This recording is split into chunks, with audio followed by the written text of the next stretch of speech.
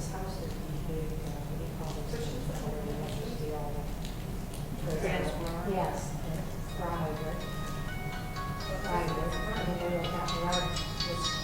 But that's up on okay. Sunday. Okay. So they've been out for a while.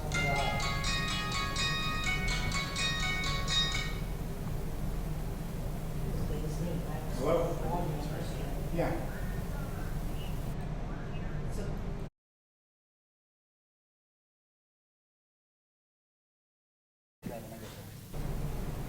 okay, they're on. Okay, tell it, kid wants to use it all up. All right. Thanks.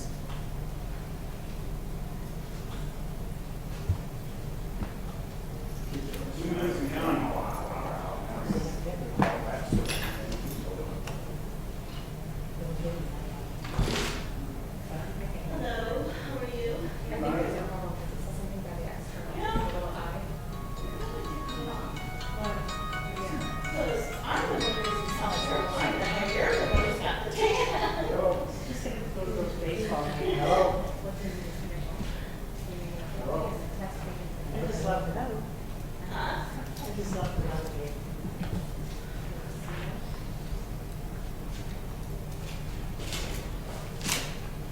This is just a copy of what you guys approved in May.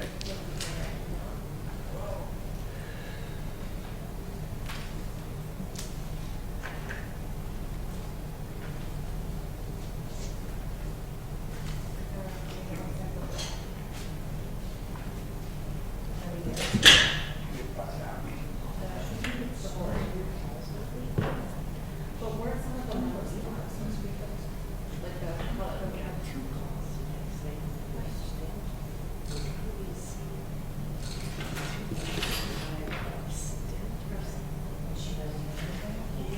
Oh, no, we got it. I'm sure they're going to have those businesses. Then I've got all kinds of texts, you know, I got FBI calls. This is where it was, no, it's just like, why is it, I must have 5 calls today. Okay, sure.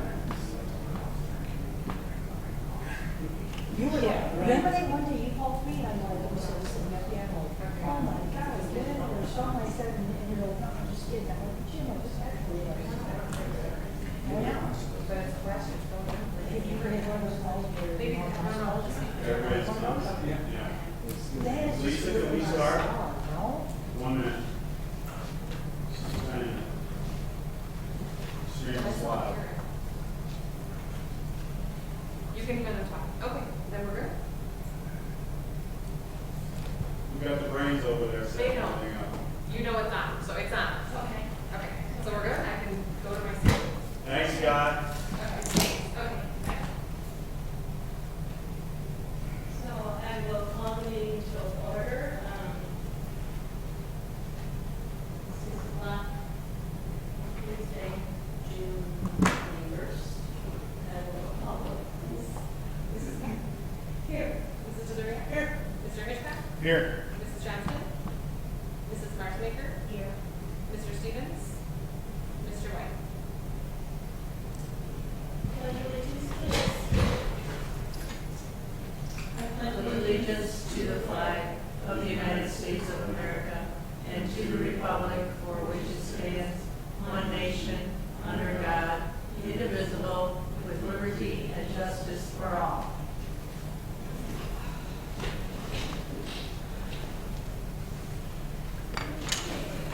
So, we will discuss the board proposal to issue $700,000 of the alternate revenue bonds to be used for the renovation and improvements at the White Elementary School. Okay, what I passed out to you is the resolution that, it's already a history thing.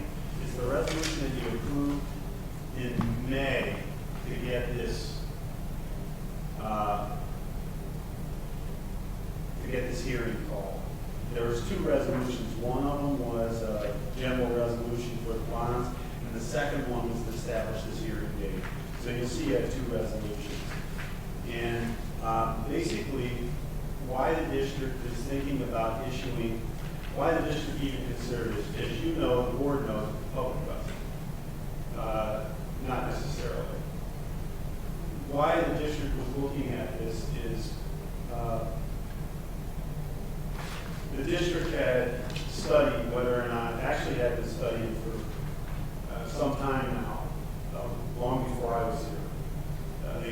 idea of consolidating enrollments into this building.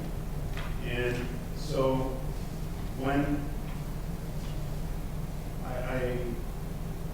I first came and started working with the board had looked at our large deficit and tried to find ways to resolve that large deficit. And really, in a school district, because primarily we're a large employer and we operate buildings. And so it's either cut buildings or cut employees. And we didn't want to cut any employees. So we took a look at whether or not it was feasible to be able to place children in this school. Some studies had been done in the past. I found one in the office there that dated back, I think, 2013. And then there was another one that was dated in 2015, earlier in the year. And so I shared it with the board. The board had not seen the second one. I don't know about the first one, I don't remember.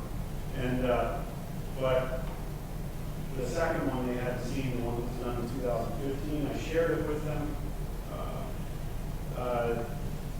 We talked to the architect further to get like a feasibility of how many students, what's the capacity of this building. They came back with a number that ranged from 1,400 to 1,600 students in the building, with class sizes, regular class sizes ranging from 20 students to 25 students, and that's really what our class sizes are currently.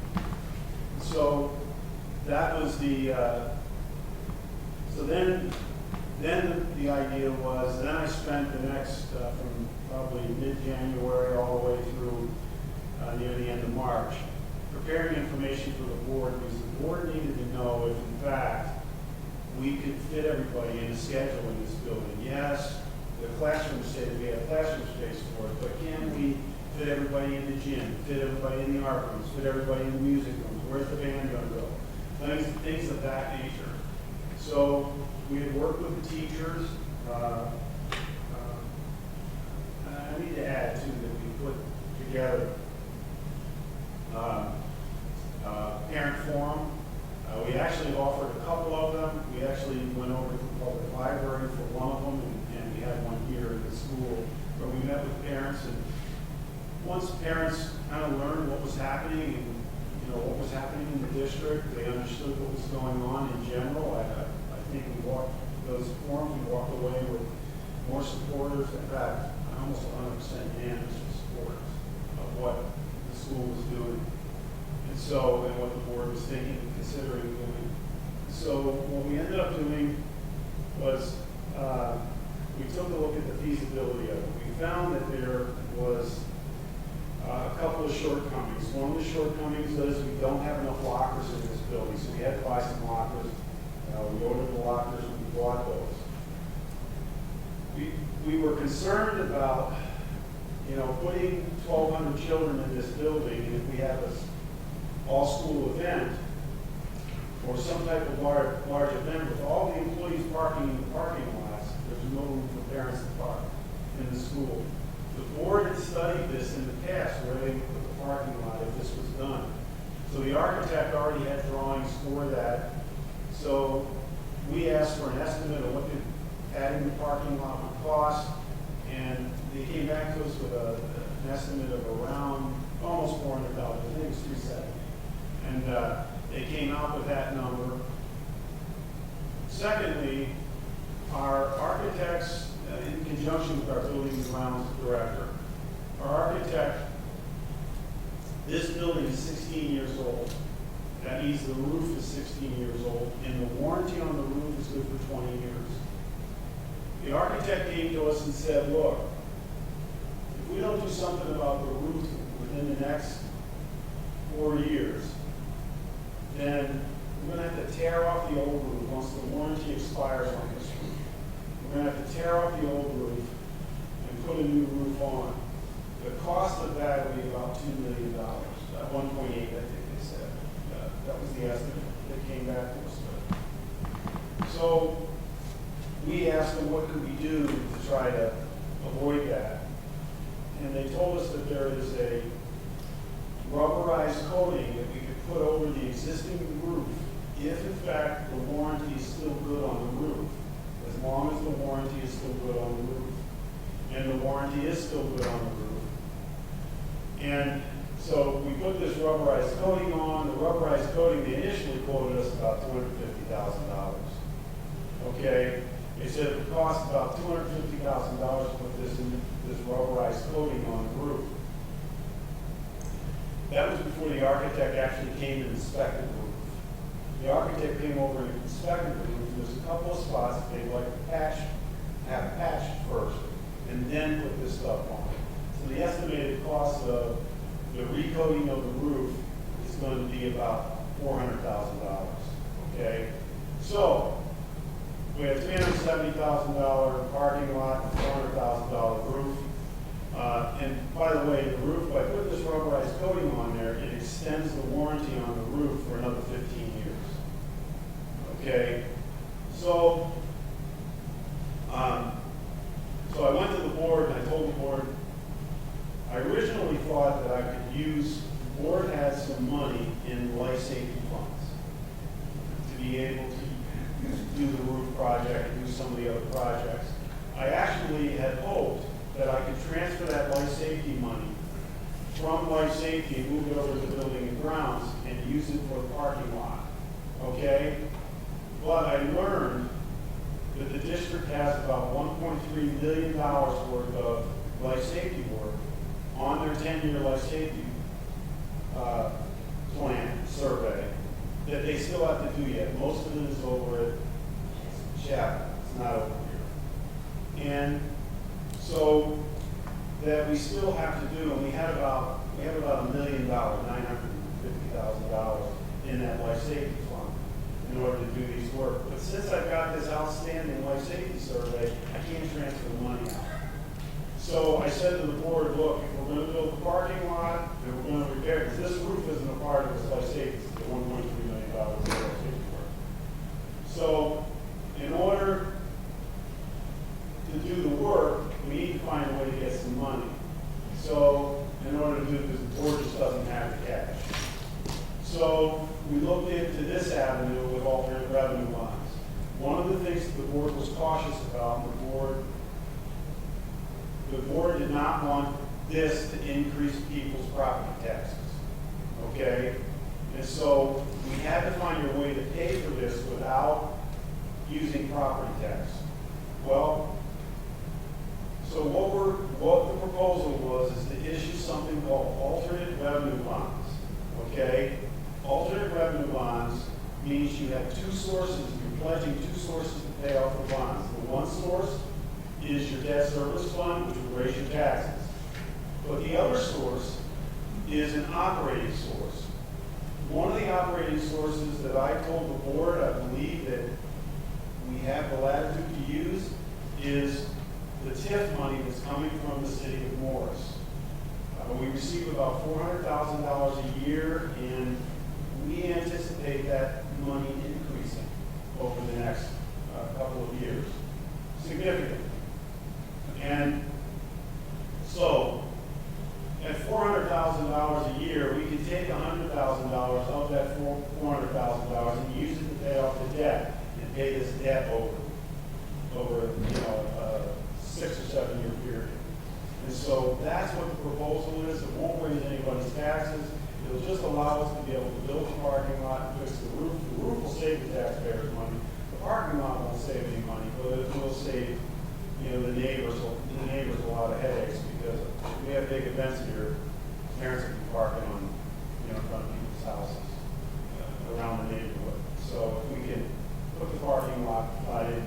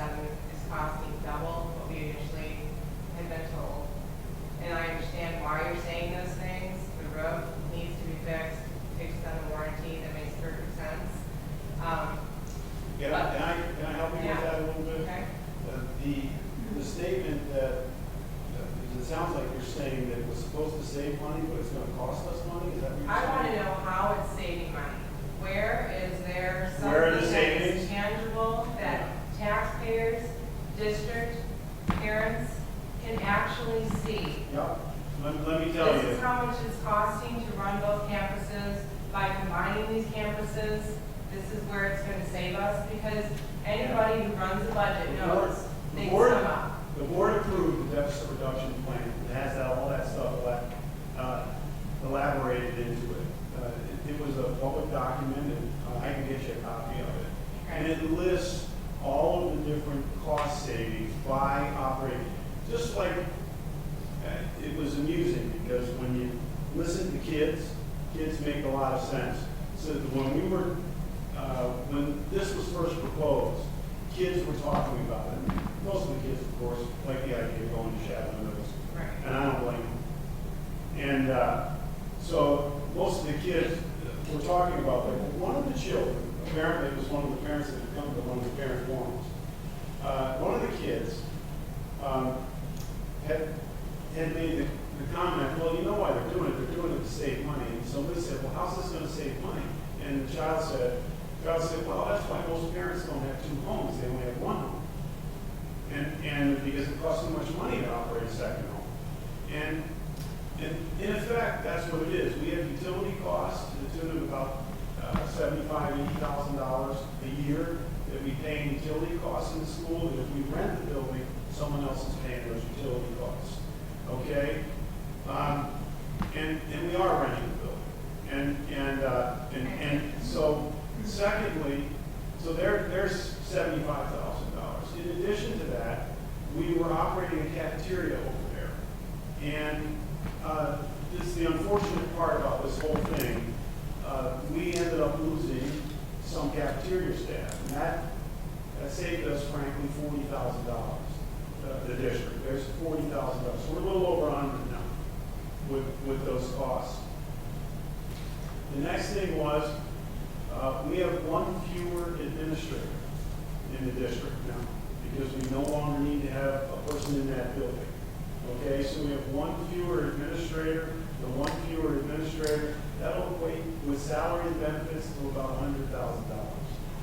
Okay, and so there's $200,000 annually.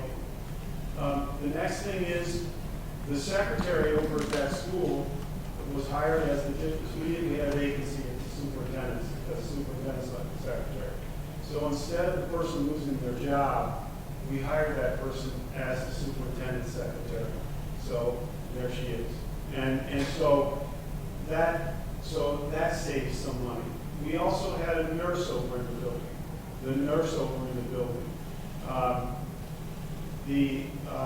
That person happened to retire, so nobody actually lost their job in that particular instance. So when you add all these things up together, we also had a full-time tech person. We kind of reduced that cost. Trying to think. I understand all the things you're saying, and I appreciate you going through the list. I really do. And running a household budget, you have to look to see where you can cut costs. And I mean, it's simple math. It really is. I'm not going to sit here and pretend I understand the district and school education funds. I understand that there's money marked for this, there's money that comes from that. I can't sit here and pretend I understand how all that works because I don't. I also don't think that the average parent understands all of that either. So Most people it don't might understand be, the property tax bill. so it might be something that I would suggest to the board, that might be something you want to put together to put a lot of people's minds at rest. Because at first, so many people supported this, they think it's going to save money. Now this number is $700,000.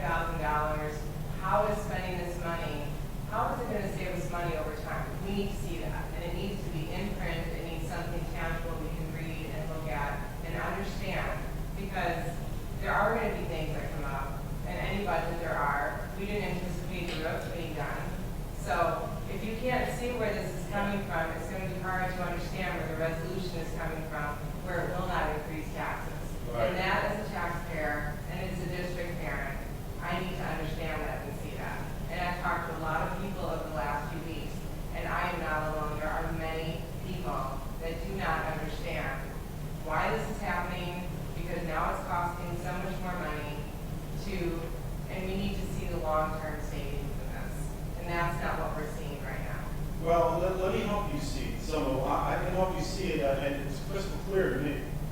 And so it's crystal clear to me because this roof, whether or not we consolidated the building, this Right. roof had to be addressed. Absolutely. And $400,000 of the $700,000 is going towards that roof. And Okay? I understand. All right, it's going towards that roof. Now, you need to understand, that measure will save the taxpayers in this district minimally $1.4 million. Now, Period. that's not something I walked into this meeting understanding. Yeah. That's not being communicated clearly. I said it on the radio, and the newspaper wrote it. Okay, Okay? I can't make people read it. right. But I do know the newspaper wrote it, and I do know it was said on the radio, and I was told, I didn't listen to it, I didn't hear it, but I was told it was broadcast after it was broadcast. And so, that part of it, we would have had to do anyway. Right. That was just business the board was going to, it has nothing to do with the consolidation effort.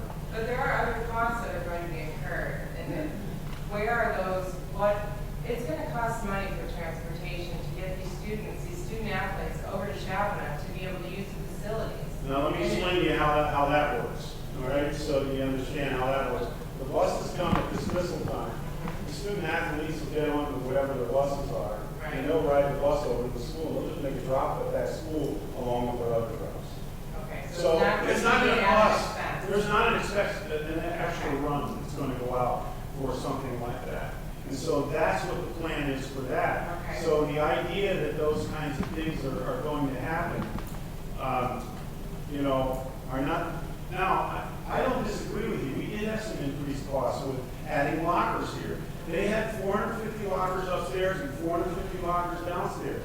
And frankly, we need more than 450 lockers upstairs, and we needed more than that. So we had to add about 150 lockers in the building in order to make sure we could, handle all the student population. We had to put partitions in between classrooms. And but I will tell you that it was all done by our staff here very affordably. Our building and grounds guy is a taxpayer in the community too, and he wants to save us money as well. And so we try to do those types of things. We try to be very efficient because frankly we don't have the money to be spending.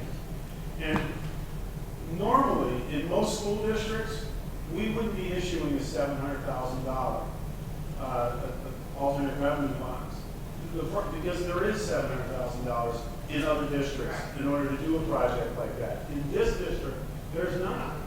The district has been operating with a deficit of over $2 million every year for a long time. And I researched back all the way back to 1989, and they've been issuing these non-referendum working cash fund bonds every year to the tune of about $2 million since then. And in order to balance the budget, and they haven't balanced every year. And what it's caused is it's caused a depreciation of your cash. The school districts need to have cash on hand because we get most of our money from property taxes, and property taxes arrive. Our fiscal year starts July 1, ends June 30th. Well, we get property tax money in September for half the year. That runs out in December. And then all of a sudden, January comes, how are we going to pay people? Because we don't get that money until June. Because people pay their property taxes in June and September. So we don't get the other half of our money until June. So the school district has to, figure out a way so most school districts have a large cash balance in their funds to be able to carry them so they can meet their payroll, pay the utility bills, do things of that nature in a school district. And in this particular case, the district has whittled away its cash balances.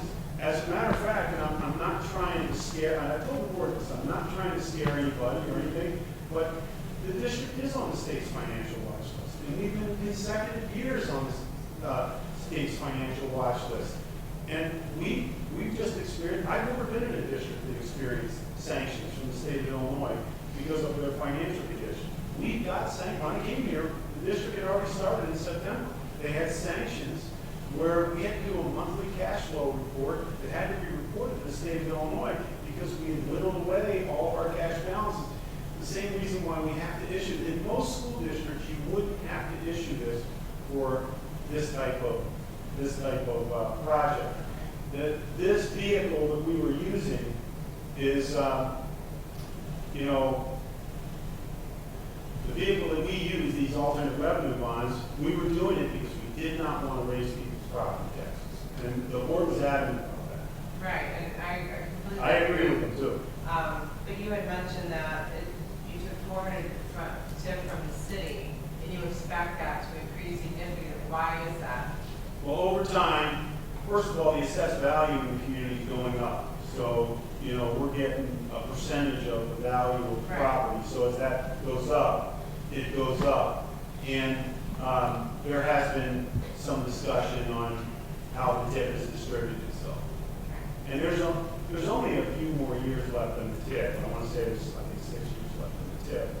And once that's done, we would receive 100% of it, and that would be additional revenue for the school district. And so I, you know, the statement I'm making is that that's what we're referring to. Now in my projections, I only projected that the assessed value of the community is going up by 1%, because I don't think we're done with the housing market crash. And I think we hit bottom, but I don't think it's going to go up very fast. And so, which is good for taxpayers. And but it isn't good for somebody who's trying to sell their home. And it was good for somebody buying. And but that's really where we are. We have tried to communicate this stuff, and I do know that there have been email blasts and things of that nature. But I realize that everybody's busy, and we did try to get people to come. And I can tell you that a lot of our board members were disappointed in the numbers. We had, what, 50, 60 people? I counted at the public forum for the consolidation, I counted probably only 30 community members because the rest were Like staff. employees, staff, lunch people of some sort of a number. But I sat back and counted and there were 30, if that. I guess my concern as a parent is I feel like in the last, it just seems that there's been so much money spent on, you know, for instance, the previous superintendent, she was bought out of a contract. How much was that? How come we don't know how much that was? It's a public. And why wasn't she I mean, I don't care who you like or who you don't like. That's not my statement. I'm just saying, why buy out somebody when their contract is up in April? I mean, why was money spent in that way? When I am so frustrated as a parent when there aren't additional programs being added to the schools because everybody claims there isn't enough funds for it. Well, isn't that the most important thing, or is the children's education? Adding a second language, starting from kindergarten, I don't think that's pie in the sky. I think it's something we could really do, and I think all the kids benefit from it. Why can't we start more honors programs? It just seems like the focus does not seem to be on education. My son is in he was in 7th grade last year. He was asked to be part of the honor society, and he went. And I couldn't believe how many kids were asked to be in it and did not join it. It's like, why isn't this such an emphasis? I'm so disappointed in it. It's a huge honor to be asked to be in that. You have to not only get a good grade, but you have to be involved in other things. And it just seems like the focus has been taken away from that. And as a parent, I'm concerned because I feel like the kids' education is not being elevated the way it could be. And I'm very concerned about that. Well, I can tell you that the board is very concerned about our park assessment scores. Yes. Our board is very concerned about that. Our board has been working on that. The board did hire a new superintendent, and that's the primary goal in the superintendent.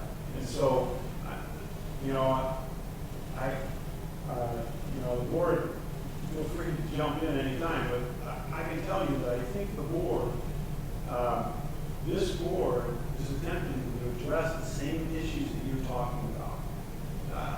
I've only been here since, I got hired in December, so I worked over so I've been here for this short period of time.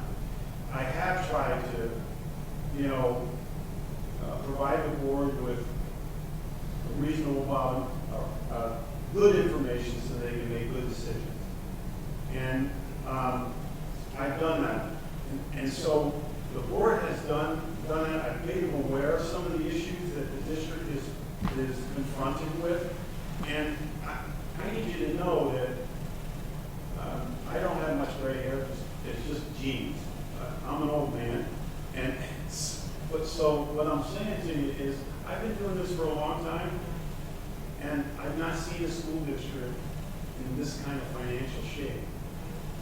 And so, and I'm not trying to say that to scare people. I'm trying to say that what the board's doing is real. The board's trying to solve the problem.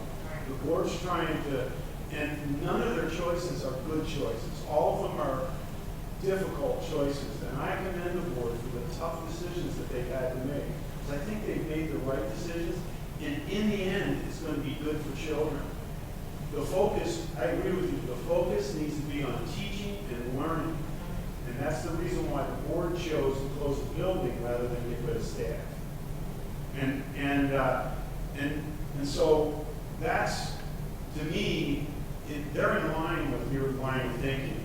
These people here are credit for it, and they're in line with your line of thinking. They're trying to do what the community wants, and what they want is what the community wants. I really think from like a PR perspective, I mean, this is just, you can put it all together, print it out, send it out on emails, and don't do it in a letter form. People don't want to read it. They want to see it. They want to see how much it's going to save. Down the line, this is what it's going to do. This is who's going to lease the Chapman building. This is what you're leasing it for. This offsets our costs there. That's what people really do need to see. Yeah. I'm for this. I really am, if this is going to save money. I think it's a great idea. But what I've been looking at and hearing is just like, how is this saving money? How is this going to be positively impactful to these students? Let me say one more thing to you. One of the reasons why it's really difficult for this district to make any cuts, you may not believe this yet, but it's because the district is already pretty efficient. When I say efficient, what I mean is our per pupil operating expense, how much money we spend per student, is one of the lowest in the area. We're in the bottom quarter of the state, okay? We spend about $3,000 less per student than the average school in Illinois, okay? We have over 1,000 students, we have 1,200 students, so just think about that. 3,000 times 1,000 students, that's $3 million. We could spend $3 million more money in this district and still not be average in Illinois, okay? The district doesn't have the resources to be able to spend. You can blame it on the state of Illinois and the federal government for not funding schools properly. State of Illinois, back when I was a young teacher, we went to the state, okay, this is back in the late 80s, early 90s. We went to the state and we complained to the state because they were only funding about 46% of the cost to educate children in Illinois, okay? And the Illinois Constitution said that they're supposed to fund a majority of the cost, okay? And so we went to them. We actually pushed for a ballot, a question to be put on the ballot statewide for a constitutional amendment that says that they have to provide 51%, okay? All right? The state of Illinois came back, the election came, it had the majority of the votes, but it needed a, what's it called, plurality, where you have 66%. Yeah, a super majority. So you needed to have 67% of the vote to pass it. They had about 60% people voting for this to change. So it never happened. You know what the state of Illinois is funding today? It's between 26 and 28%. And that's why property taxpayers are being eaten alive. Well, and I also Because they're mandating we do these things, and I'm going to tell you something else too. they're mandating that we do these things, but the mandated programs, they've cut gifted. The state of Illinois doesn't fund gifted anymore. And they don't require gifted education anymore. The state of Illinois requires that we teach Spanish kids how to speak Spanish. The state of Illinois, requires that we spend money on other programs. But they don't fund us. And so what we're doing is we're using local tax dollars to fund that at the expense, and it's not only happening here, it's happening in a lot of places, at the expense often of accelerated, gifted type programs. That being said, I also say this: you don't need to spend a lot of money to have a quality accelerated program or accelerated or gifted program. You don't need to spend a lot of money because all you got to do is, for example, we're doing it here. We're tracking math students. We're tracking language arts students, in which we put the students in a classroom with accelerated learners, and we try to push them ahead. To me, one of the common misconceptions out there is that smart kids learn in spite of their teachers. Okay? I never believed that. Smart kids need a teacher just like any other child needs a teacher. If they're going to reach their potential, those smart kids need to be challenged. And we need to continue to do those types of things, and we need to be creative. And in this district, we need to be really creative about it. And I can tell you, there are some good things happening here, and I don't want to make it sound like there aren't. I think There are some really good things happening here. And I know the new superintendent, that's his number one priority. So. I guess another question I have for the board is, and I don't know, maybe you're doing this already. Are you meeting with the city? I mean, after the station closed, and that's where we got the majority of our tax revenue and our income. There's only so many borders within District 54, and anything that's coming into town is going north of town. That's where all the infrastructure is being built. That's where all the warehouses are going. How can we change that? Is there something we can do within the city and meeting with the mayor and talking with him to see? I mean, everybody in Laura shops at Walmart. So why does all of that tax dollar go to Saratoga? We need to figure out a way to increase, and it can't just be on property taxes because we're never going to get there. So my question is, are we doing that? Are we trying to do some more outreach? Well, I do believe one of the things that the city council is doing, okay, that is benefiting that is the tip. Okay. Because this tip is being used to make downtown Morris an attractive place for businesses and for people to go and shop. And the more money they spend down there, the more valuable that property is down there. Great. And so, which increases the assessed value, which increases the property tax bill. And so, which increases the revenues at the school. And so, I will tell you, I know that the city has worked with the school board here. I know the board president, the board vice president, several of our other board members have met with city council members and the mayor about, I certain don't see things. any, I love our downtown, I think it's great, but it's not going to make up for the station closing. It won't. And I think we need to be able to either remap where our districts, our borders are, or, there has to be more because everything that's coming to town is going north. And it's because of where the city is putting money and where the infrastructure is at. And It's where the open space is. it's where the open space is, but we're the district here and it's, we're losing, we need this revenue, we need this income. And we Well, I need can to tell you, figure this out board what was to do. thrilled to death when they talked about that power plant that was going down by Coal City. Because most of the board was thinking that was ours. And I still was don't ours. understand how that isn't. Because I it's thought it not, was still. it's further east. Because of the boundaries, right? Because of the boundaries, and that's what I'm saying, something has to change, because this district is not going to physically grow. Yeah. So, it won't physically grow without pursuing that, and I'm sure that something's being done, and I'm sure some of those conversations are being had, but I don't really see how when you're, like I said, when you go out that north of town, that's not strictly Saratoga residents. That's everybody in town. That's everybody in Grundy County that shops at Walmart. So why is that not being divvied up differently? These are things we need to ask and look into. Well, here's something that I know the school superintendents in the county came to the county board with a couple years ago. 1% sales tax. And, you know, we came to the county board about that, and that would get sales tax from places like Walmart, the truck stop, et cetera.